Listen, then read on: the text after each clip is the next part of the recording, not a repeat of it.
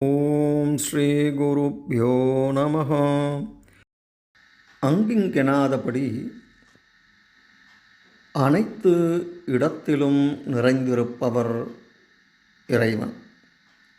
அப்பேற்பட்ட இறைவனானவர் கண்ணுக்குத் தெரியாத புழு பூச்சிகளிலிருந்து பெரிய பெரிய ஜீவராசிகள் வரை அனைத்தையும் காத்து ரட்சிப்பவர்தான் இறைவன். கற்பனைக்கு புலப்படாத நிகழ்வுகளை நிகழ்த்தி காட்டி அதன் மூலம் தன் அடியவர்களுக்கு ஆத்ம ஞானத்தை தருபவர்தான் இறைவன். குருவாயூர் அருகிலுள்ள பெரும்பலாச்சோரி என்ற இடத்தில் நடைபெறும் ஒரு விழாவிற்காக சமையல் வேலை செய்வதற்காக 4 முதியவர்கள் வந்திருந்தனர்.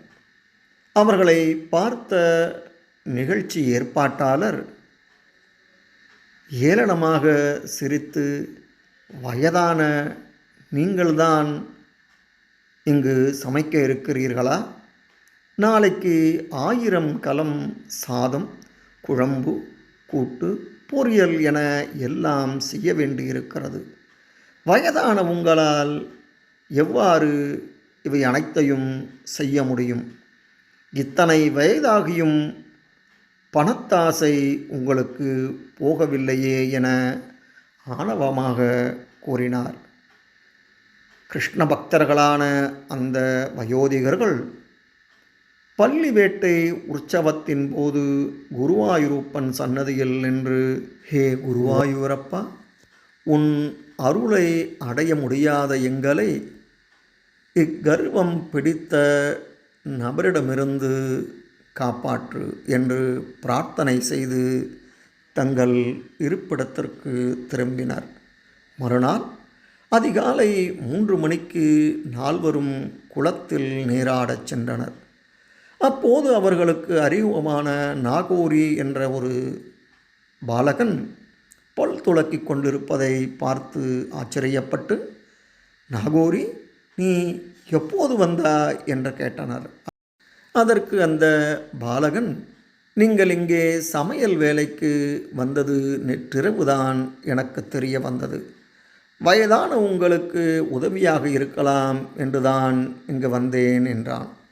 அந்த முதிய அடியவர்களுக்கு சற்றே நிம்மதி ஏற்பட்டது. அனைவரும் நீராடி திரும்பினர். சமையல் வேலை தொடங்கியது. 4வரும் ஏதோ செய்து கொண்டிருந்தாலும் பெரும்பாலான வேலைகளை நாகோரி விரைவாக செய்து முடித்தான். காலை 9 மணிக்குள் இறைவனுக்கு படைக்க வேண்டிய திருவமுது, பால் பாயசம், தேங்காய் பாயசம் மற்றும் பல வகை கறி உணவுகள் அனைத்தையும் அவன் தயார் செய்து முடித்தான். இதைக் கண்டு அனைவரும் வியந்தனர். முன்பு அவமதித்த நிகழ்ச்சி ஏற்பாட்டாளர் முதியவர்களை பாராட்டி அவர்களுக்கு ஏராளமான பரிசுகளும் வழங்கினார். அப்போது நான் அவசரமாக குருவாயூருக்கு போக வேண்டும் என்று சொல்லி உணவுக்கு முன்பே நாகோரி என்ற சிறுவன் புறப்பட்டு சென்று விட்டான். பின்னர் அந்த 4வரும் உணவு முடித்து குருவாயூருக்கு சென்றனர். அப்போது அவர்களுக்கு நாகோரியின் நினைவே வரவில்லை. குருவாயூரில் தரிசனம் செய்து தங்கியிருந்த இடத்திற்கு திரும்பிய போது அவர்களது கனவில் குருவாயூரப்பன் காட்சியளித்து, அடியவர்களே, நாகோரியாக வந்து உங்களுக்கு சமையலில் உதவி செய்த எனக்கு கூலி தராமல் வந்துவிட்டீர்களே, உழைப்பை வாங்கி ஊதியம் தராமல் இருக்கலாமா என்று கேட்டார். இதை கேட்ட அடியவர்கள் திடுக்கிட்டு, குருவாயூரப்பா, எங்களை காப்பாற்றுவதற்காக சமையல்காரனாக வந்த உன் கருணையை என்னவென்று சொல்வது என்று கண்ணீருடன் பணிந்து வணங்கினர். இதன் காரணமாகவே 1000 கலம் நைவேத்தியம் செய்து குருவாயூரப்பனுக்கு படைக்கும் திருநாளிலே சமையல்காரர்கள் தங்களுக்கு கிடைக்கும் கூலியில் ஒரு பங்கை குருவாயூரப்பனுக்கே சமர்ப்பிக்கும் வழக்கம் ஏற்பட்டது. இந்த சம்பவம் மூலம் இறைவன் தனது அடியவர்கள் இக்கட்டில் இருக்கும் பொழுது அவர்களை ஒருபோதும் கைவிட மாட்டான் என்பதற்கு இதுவே ஒரு சான்று.